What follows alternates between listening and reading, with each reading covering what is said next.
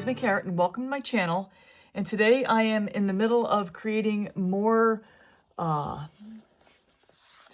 skins for a wine glasses for my friend.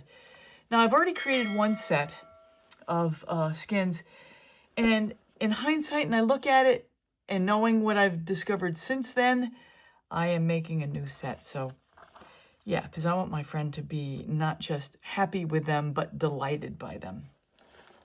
And this color combination is going to do that. So I've got my silicone mat here, and these I got off of Amazon. And just so you know, when if you look in my description, you'll find a lot of links to the products I use. There's no secret about what I'm using. Paints included, everything is open. And I have a playlist. I have links to all the products I use and also links to some of the more educational type tutorials, like how to make the cell activator and so forth and so on. And yeah, check out my description because you might find some good information in there. So to start with, this is my pillow, 6011N Glidden. A lot of people use Multi-Pro 47-3110. You may use it yourself. I used it for a long time. But on a couple of occasions, I got jilted. And jilt me once, okay. Jilt me twice, yeah, I'm really getting ticked off. Jilt me 3 times and I'm done. And I got jilted 3 times. I had problems with it. So I went back to Glidden. This is the first pouring me pillow paint I used from my beginning days. And knock on wood, I have just, it never gives me any problems. It's just solid. It's a little thinner than the Multi-Pro, but it's also a cleaner white. It's a really nice white, and if you're going with negative space, that whiter is going to look prettier on a creation like a canvas. That was my Amsterdam Sky Blue Light, one of my latest favorites. If you've been watching me, you'll know that I've been using that a lot. This is a combination of TLP, sea glass, mostly now, because I ran it low, and I just added some more sea glass today. And in there also is Master's Touch Ocean Green. This is Golden's iridescent silver. Look at what I'm putting down, Louise.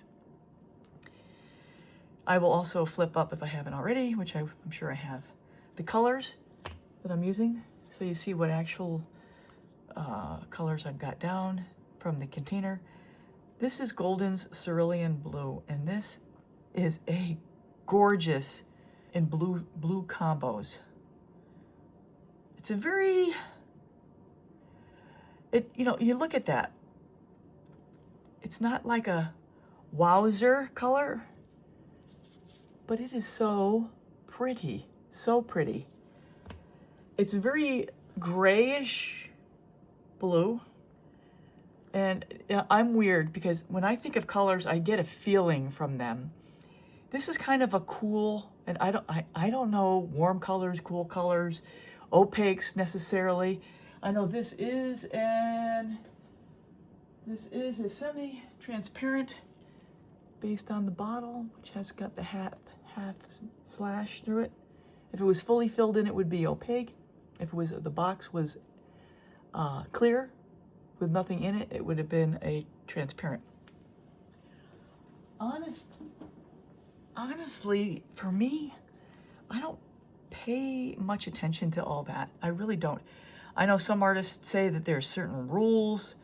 You have to have this or you have to have something else, and an opaque down first, opaque down last. You need to skip between TLPs, and maybe all that is true. I don't know, but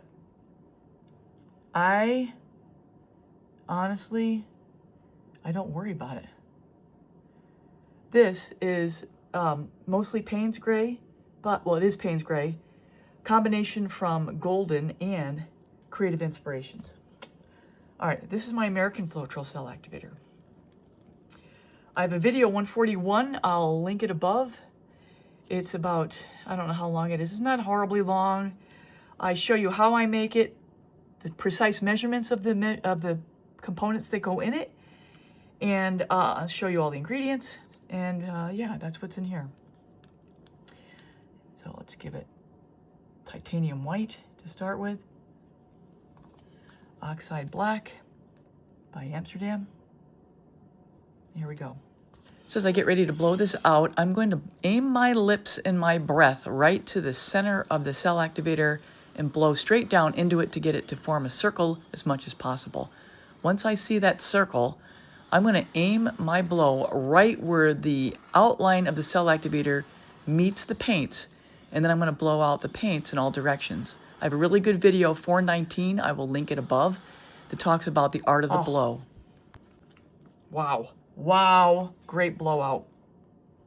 Normally I blow 5 ways, 5 blows.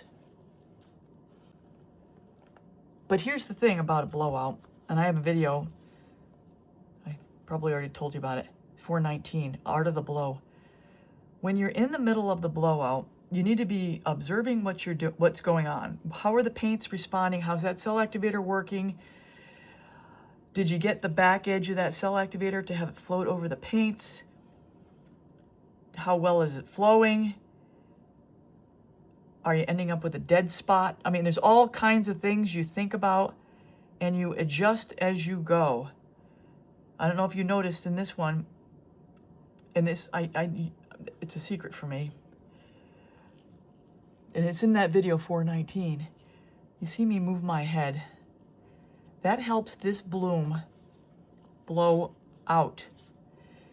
If I blew like this and just blew straight out, I'm gonna blow out I know what I wanna say, but I can't say it on YouTube. You're gonna blow out like a hot dog. And it's gonna go straight out, and you're gonna get like this long, skinny bloom. Getting blooms this way, you gotta maneuver your blow as you're going out. And all this is covered in that video, 419. I covered the angle of the blow, the speed of the blow, how you blow, that help you get a great composition. Because I don't like skinny little leaves on my flowers. I want my blooms to be bloomy. I want them bloomed out. So that is a gigantic tip for you guys. And I don't talk about that much. I talk about it in that video. Oh, this is just spectacular, this one. So all I'm doing here is just spreading out the pillow paint, so I've got equal coverage going around, so that as I spin this, the composition has a place to flow to. And I'm almost done here. This is almost done. This is quick and dirty. 8 minutes in. 8 minutes in, and you got one of the best tips you're gonna find about the blowing out the bloom. And you don't want to stop anything like that. That was a mistake. That was just a errant hand. So a couple white spots, I'm gonna get them out. Sometimes the spots come up like right there. The air bubbles pop through, and you get the color. In that case, I got the sea glass that popped through. Yeah, this is done. This is gorgeous. Look at this. Oh my gosh, gorgeous. Another benefit of doing paint skins is it's not as messy. Nope. That's perfect. All right, I'll be back. All right, everybody, we're gonna do the drawing. So here are the entrants for the Liquitex paints. Now, I've already reached out twice in comments in the last 2 videos to the winner, and I need the winner to please respond so I can get these in the mail to you. Okay, the winner's coming up in a second. It's hard to do it with one hand.